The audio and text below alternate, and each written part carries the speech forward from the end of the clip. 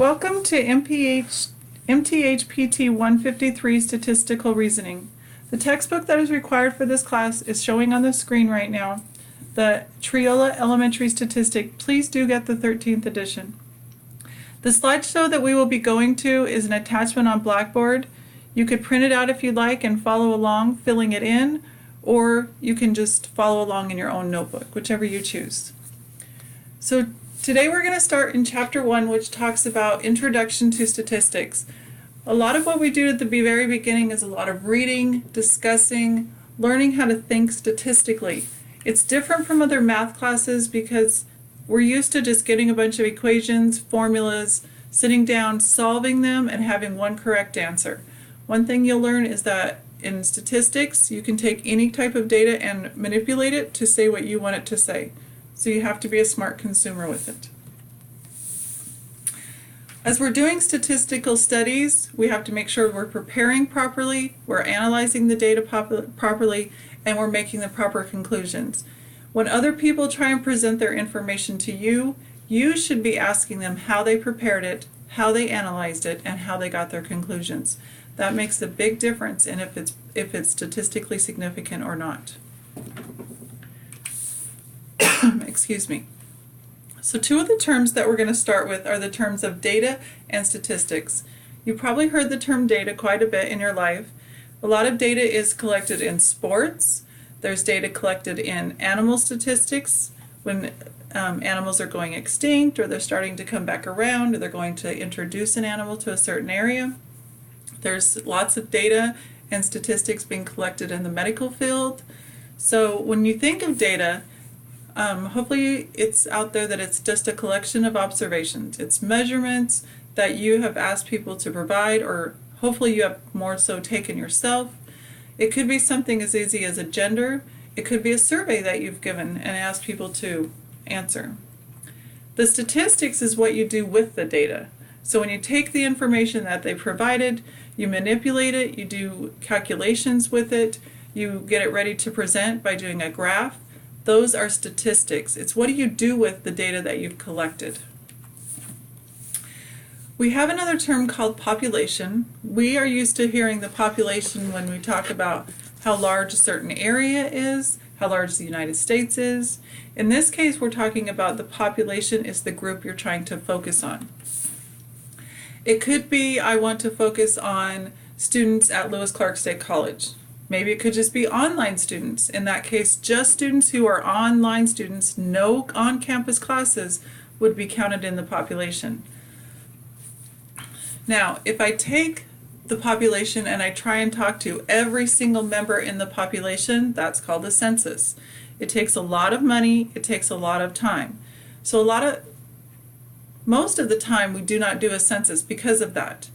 The only census that I truly know of is if you have a very small population, or of course the United States tries to do a census every 10 years where they get every single person to answer their questions. And even they still don't get it done, though they do a great job trying. A sample is just a sub-collection of that population. So for instance, if we were doing LCSE students as our population, a sub-collection could be the online students.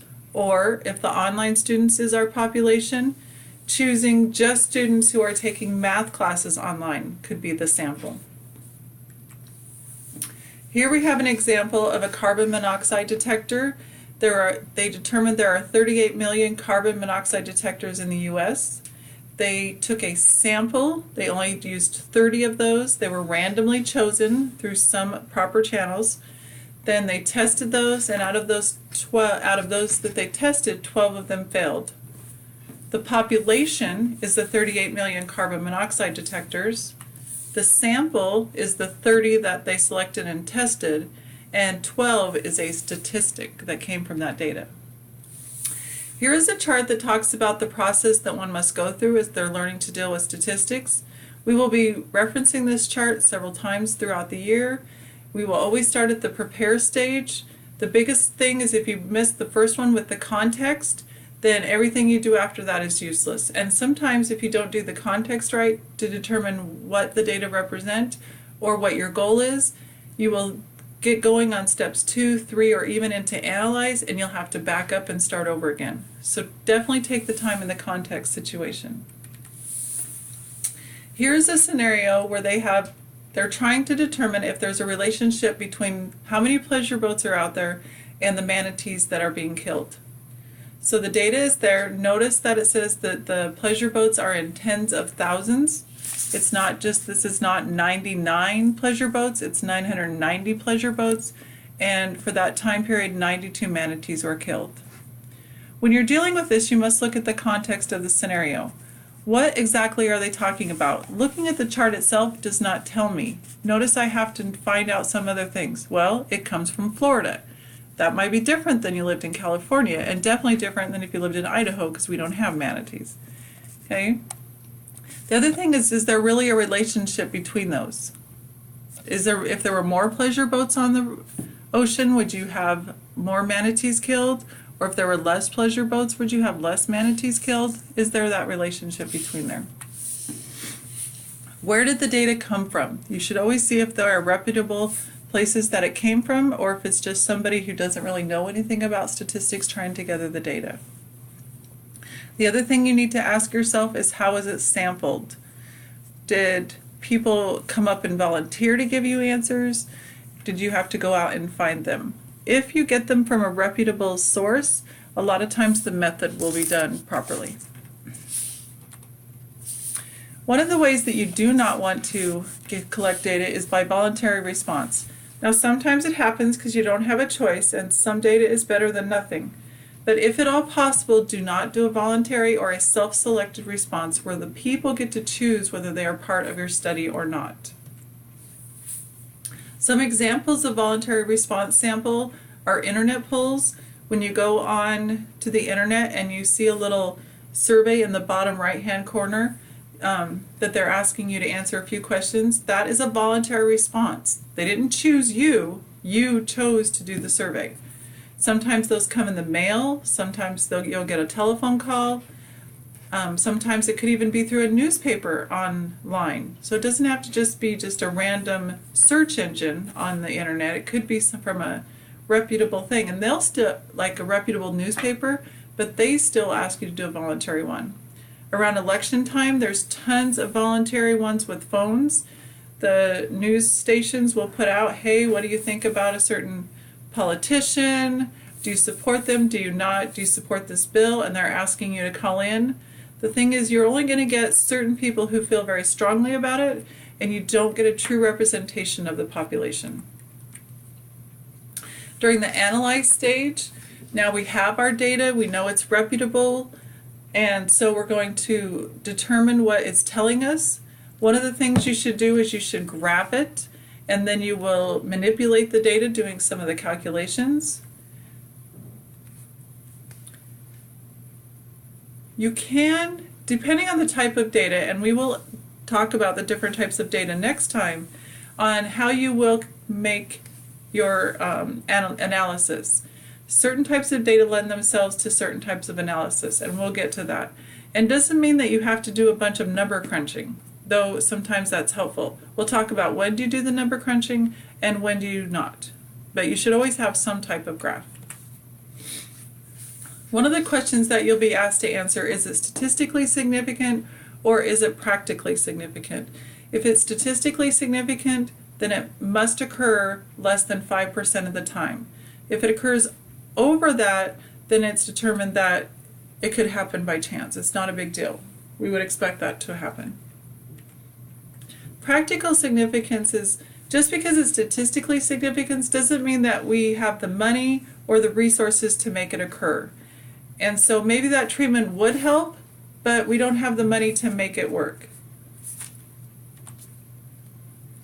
Here we have an instance with the Food and Drug Administration, and they were trying to see if you could help them have the baby a certain gender of baby that they wanted. They did find out it was statistically significant because only 5,200 babies out of 10,000 were girls. And so it was statistically significant, though it wasn't in the way that they were hoping. Now, if the rate was 52% versus on the last slide it was 0.003%, which is statistically significant, 52% is not, because that's just above half, which is what we tend to think. Half of the babies are girls and half of the babies are boys. Now, when you're analyzing data, there are problems that you could have, so you need to be aware of them so they don't occur. One is you could do a misleading conclusion. Sometimes people will do that on purpose if they're trying to sell a certain product. They will try to mislead you. But for the most part, people don't know how to use the terminology, or they don't understand what's going on, so then they mislead you. So just be careful with that. Sometimes the sampling data reporter was reported instead of measured. For instance, if I asked you how tall you are, most of you have an answer that you would give me.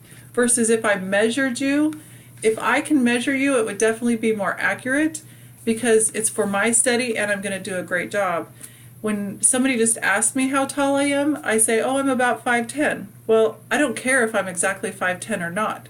So because it doesn't matter to me, I'm not going to be as exact. Sometimes when you're answering surveys, there are loaded questions.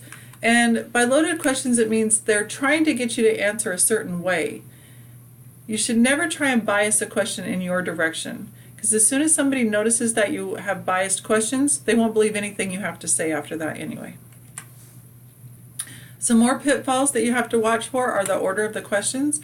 You could unintentionally lead them to certain conclusions. Non-response. As we talked about earlier with the census, the United States tries to get every individual to answer their survey every 10 years, but they definitely do have some non-response. Also, percentages. You've heard the old saying, give it 110%. Well, you can't do more than 100%. When you're seeing percentages, check them. Make sure they add up to what they should add up to. And of course, they can't add up to over 100%. Okay, so with that, just take a look. Just go through the first section of the book, notice and read. Okay, it doesn't have a lot of regular computation that you're used to, so just do your best to understand what's happening and read through it. If you have any questions, please don't hesitate to answer. Send me an email, call, and leave me a message. Thank you, and I'll be back.